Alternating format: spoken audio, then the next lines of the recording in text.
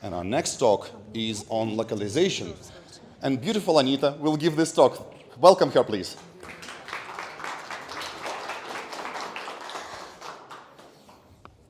Thank you. Hello. I am Anita, and I work as the localization manager at Picsart. Just before jumping into my talk, I'd like to tell a little bit about my background, if you don't mind. Just as an example, maybe someone will be inspired. I don't know. So I've been working in IT industry for 11 years now. But previously, I had a 10-year work experience in the public sector, more specifically in international organizations, mostly sponsored by the US government. And moving into IT was a big shift for me. Though I started as the CEO assistant, I worked closely with the administrative department, doing some HR, clerical, financial work like reportings, paperwork, and so on, and like of course helping the CEO with the business trips and so on and so on. But then I realized there's something interesting happening in the sphere that I'm like outside of that processes. So I'm like, whoa, let's see what product is doing, and let's find some opportunities and chances to join and deep dive into product and the sphere itself even deeper and understand what the potentials can be. So I had this opportunity from one of the managers in a company, and I joined the team that was called the SEO localization team under the marketing department. So I started learning what SEO is, what ASO is, what localization is, and here we go. So I am sure most of you know what localization is. Was I supposed to hold something or? Yeah, okay, yeah, thank you. Okay, but let me just explain. So localization is the adaptation of a product or a service to meet the needs of a particular language, culture, or desired population's look and feel. So basically, adaptation of a product to a certain market, localization, or in other words, globalization. Interesting, huh? The industry itself, localization industry, is pretty much young and it's developing, and there is different companies who are doing different way of localization. More specifically, some have in-house teams like our company, others are working with language service providers. But since we have the Picsart case, I'm going to introduce what the team looks like. He's the localization manager, 4 specialists who are full-time employees who are working on a projects that are coming from all of the company teams, marketing department, user success department, and so on. And we have the copywriters and translators team who are the contractors working outside the company. Oops, sorry. So yeah, we do the localization of our mobile product, we do the localization of our web product, desktop.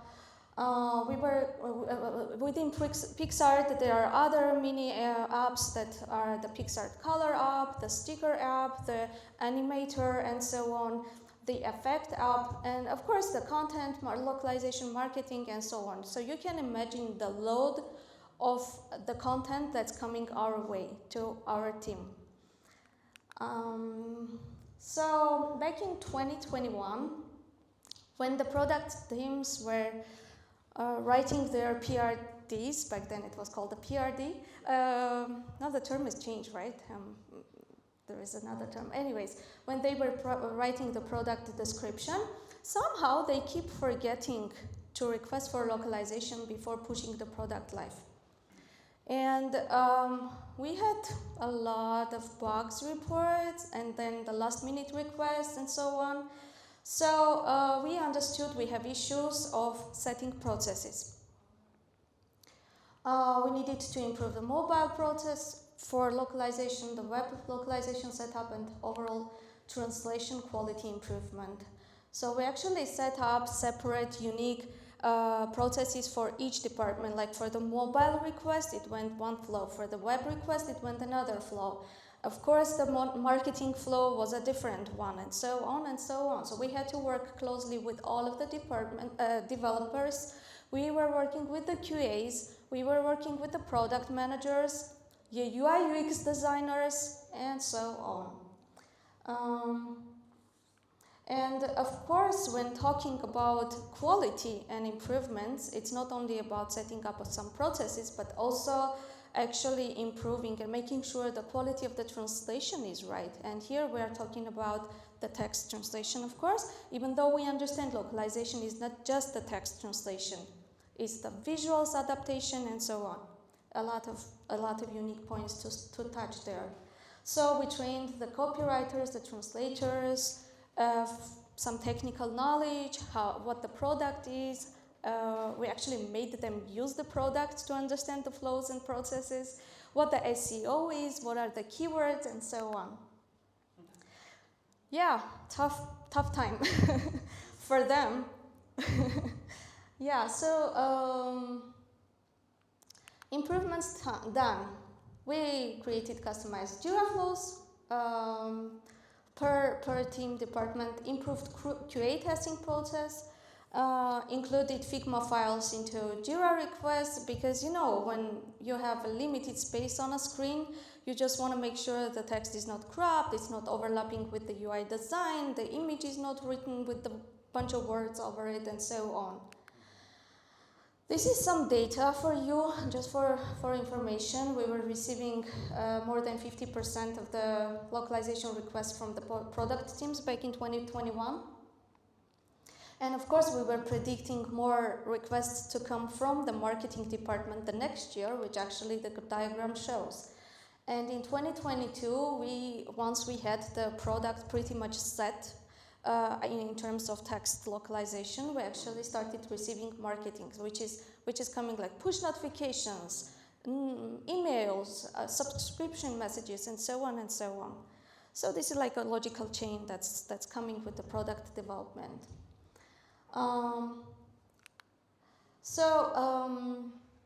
Translation quality improvement for a better user experience.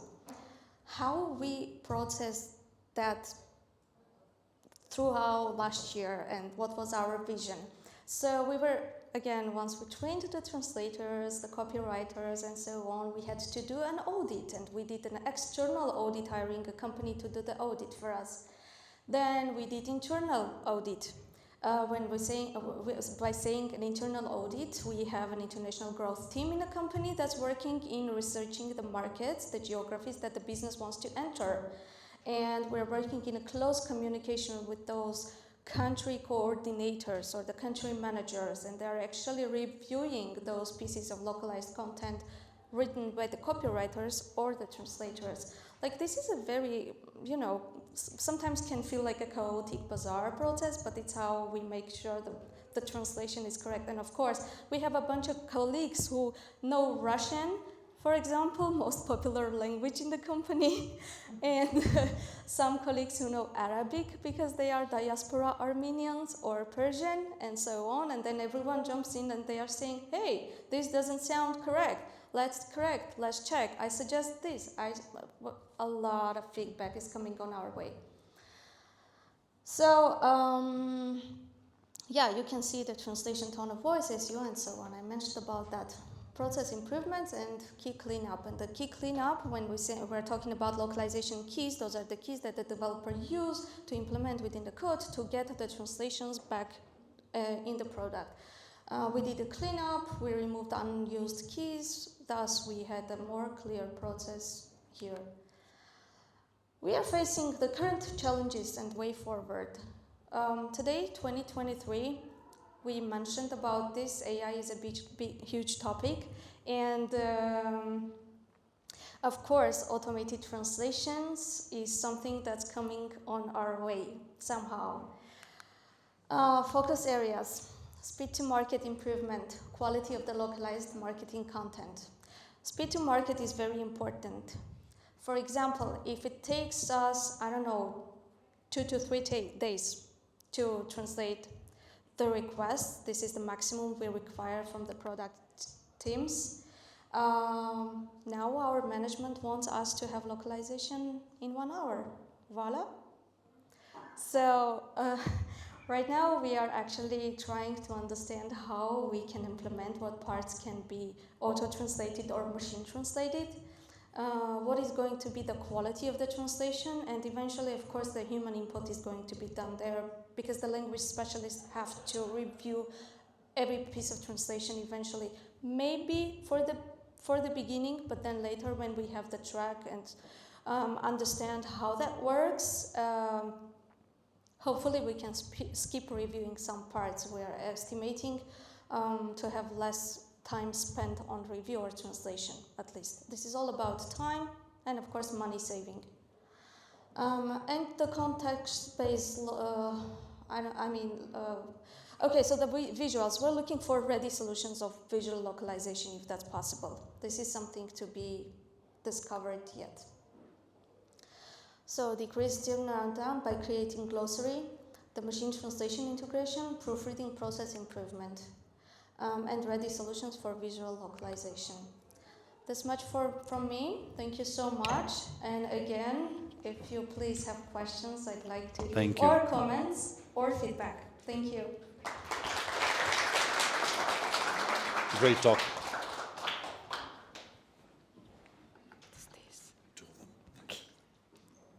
Hello, thank you for your speech.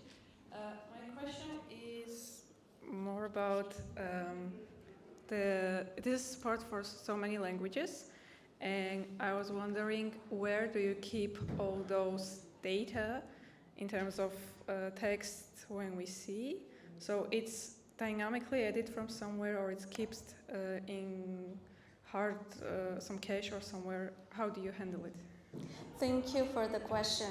Yes, we are actually using an external tool right now, and shall I name the tool? Yeah, why not? Okay, it's the Localize, and there are several other tools in the world.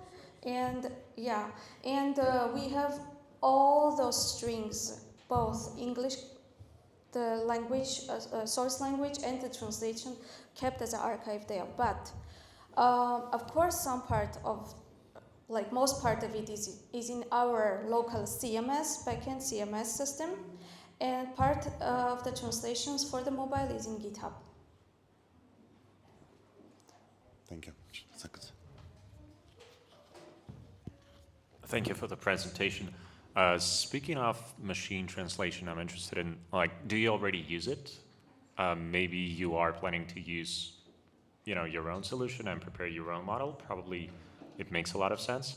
And speaking of machine translation in particular, what do you treat as a good result? Do you have any tolerance levels established for, any mistakes or something like that?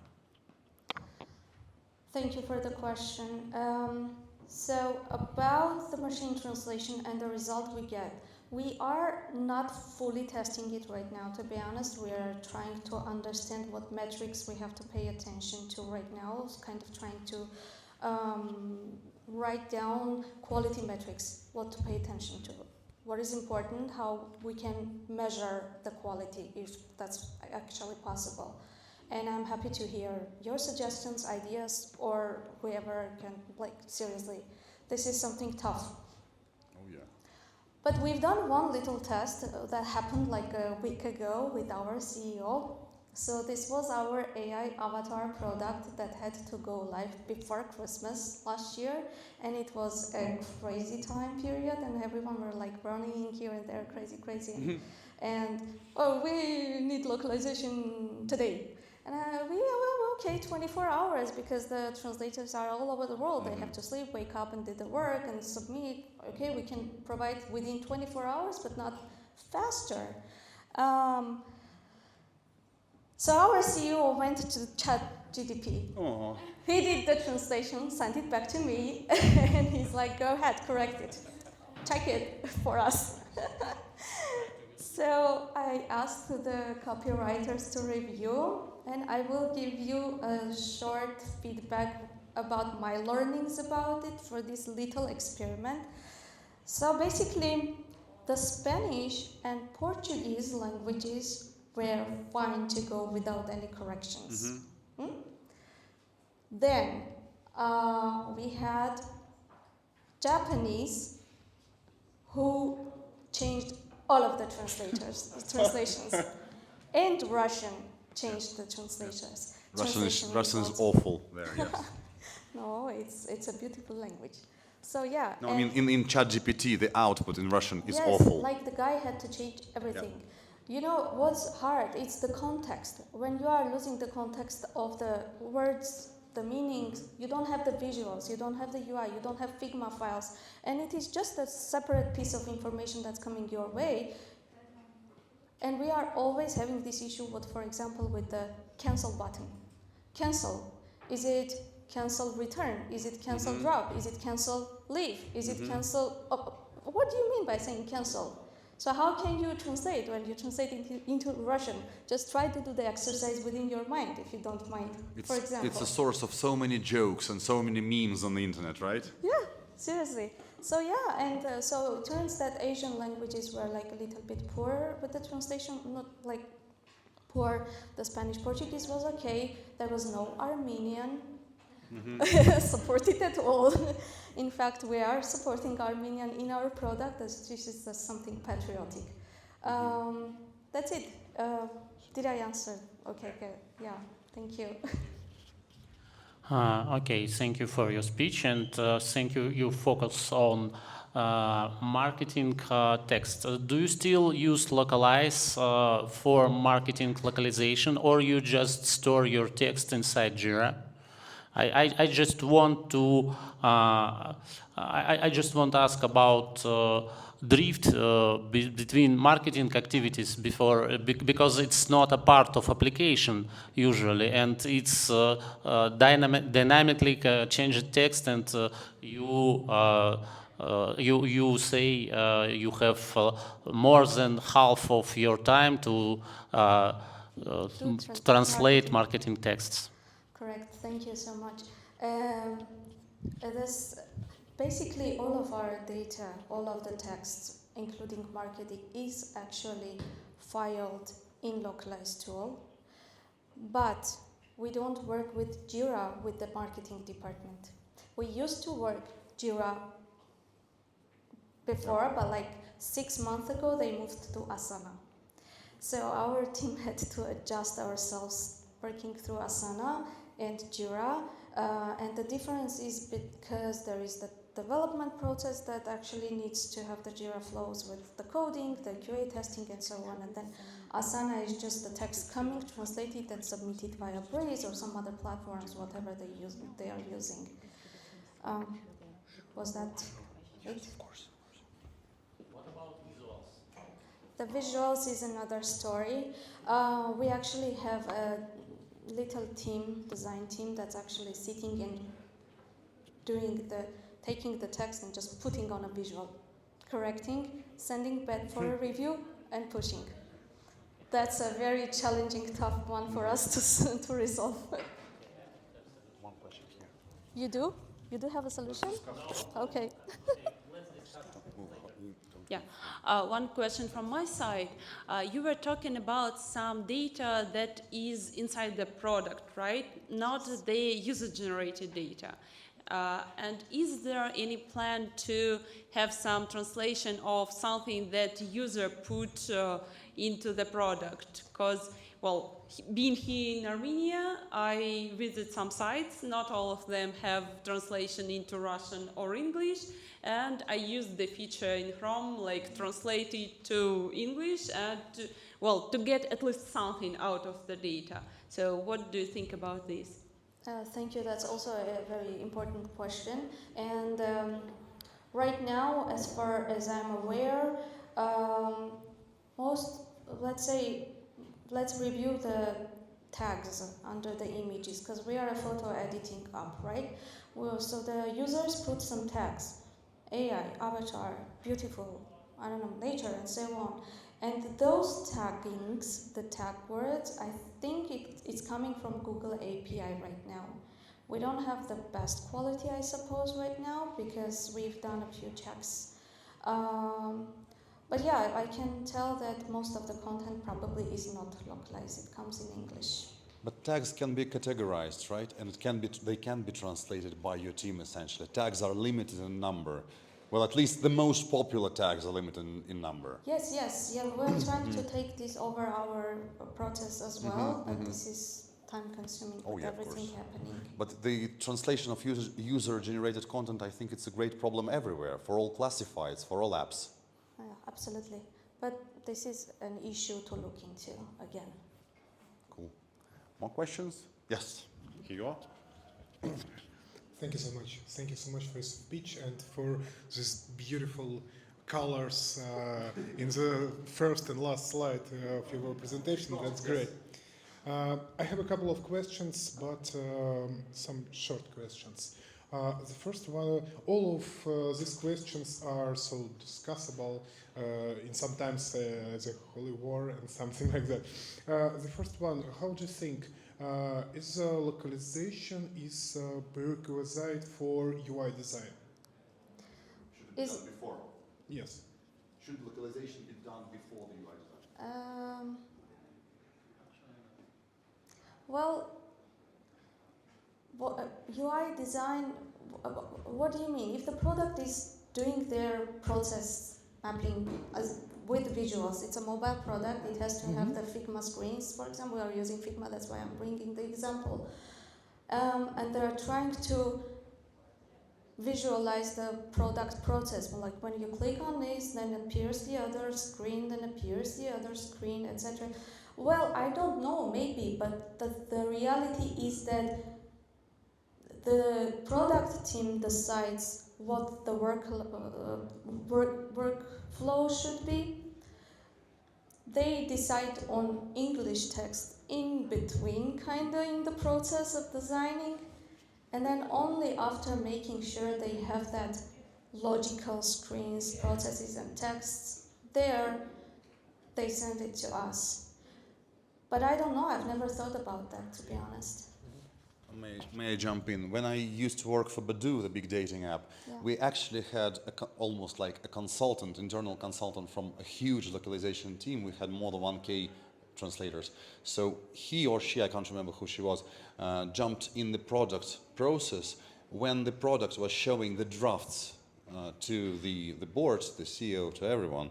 The localization specialist said, nah, this is no-go. So we didn't invest all the time into development, so then we could poke you and tell you, well, please translate now.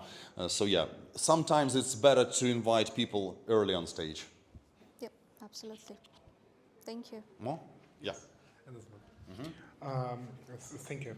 And another one question, if we talk about localization, usually we imagine something about texts, about languages, and some like that.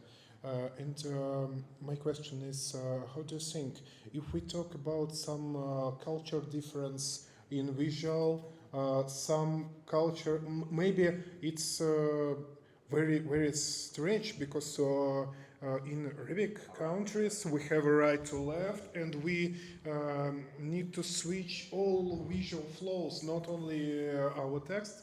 How do you think? Is it a part of localization, and is it a responsibility of localization team or not? How do you think? Thank you. Well, as I mentioned, we also have the international growth team in the company, and to be honest, right now it's under their responsibility, as they are the market managers, like for Arabic, for MENA, Middle East, and so there are cultures where you read from top to bottom, and the whole design should be different, right? Oh, yeah. But that's why I mentioned that the visuals are being created manually by the designers right now, and to be honest, right now I don't have an idea how we can do any sort of automation there.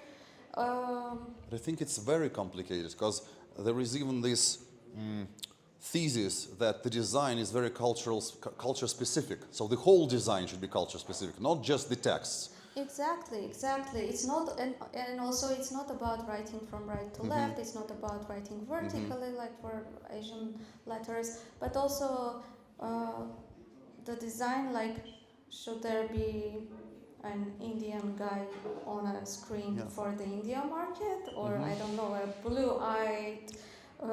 Oh, even if you remember the ads, Yeah.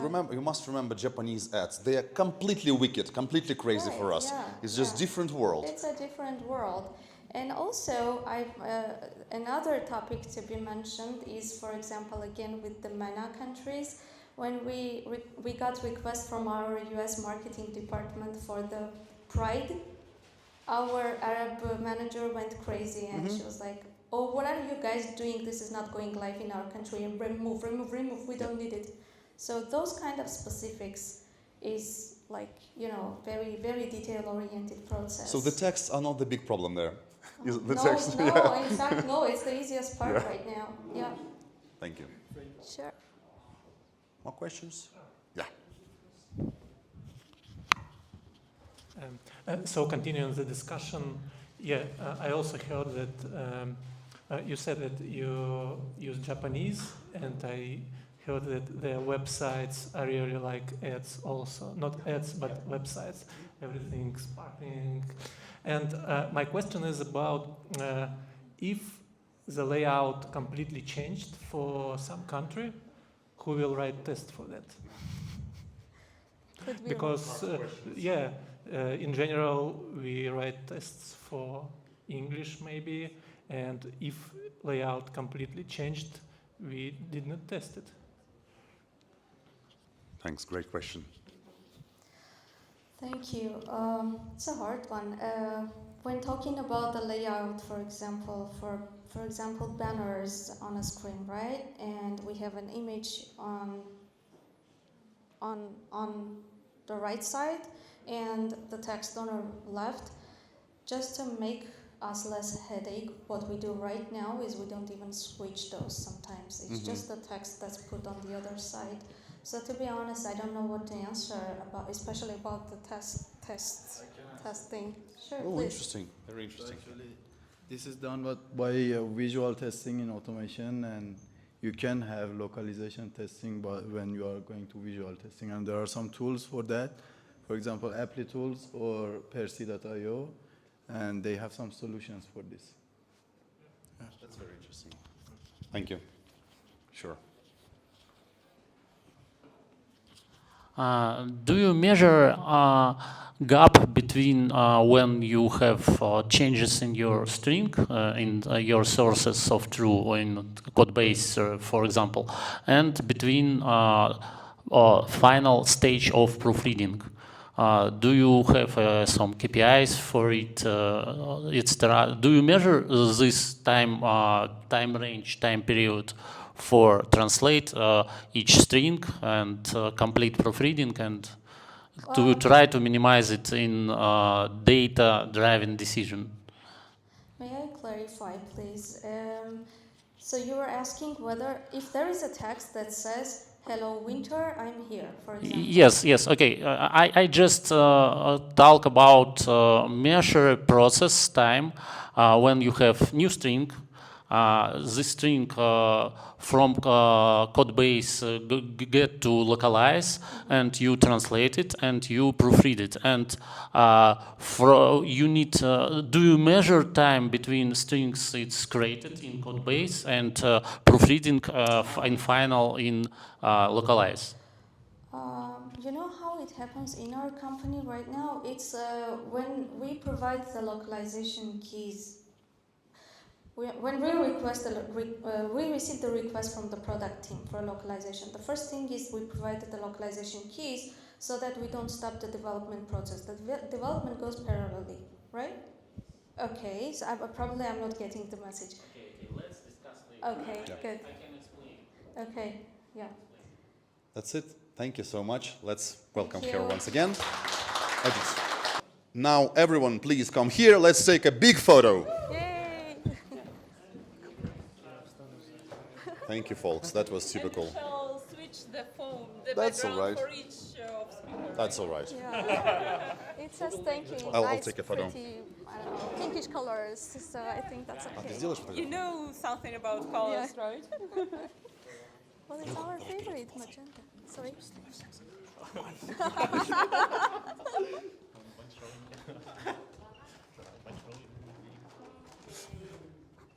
So, 3, 2, 1, there we go. Fair. Yay! Thank you.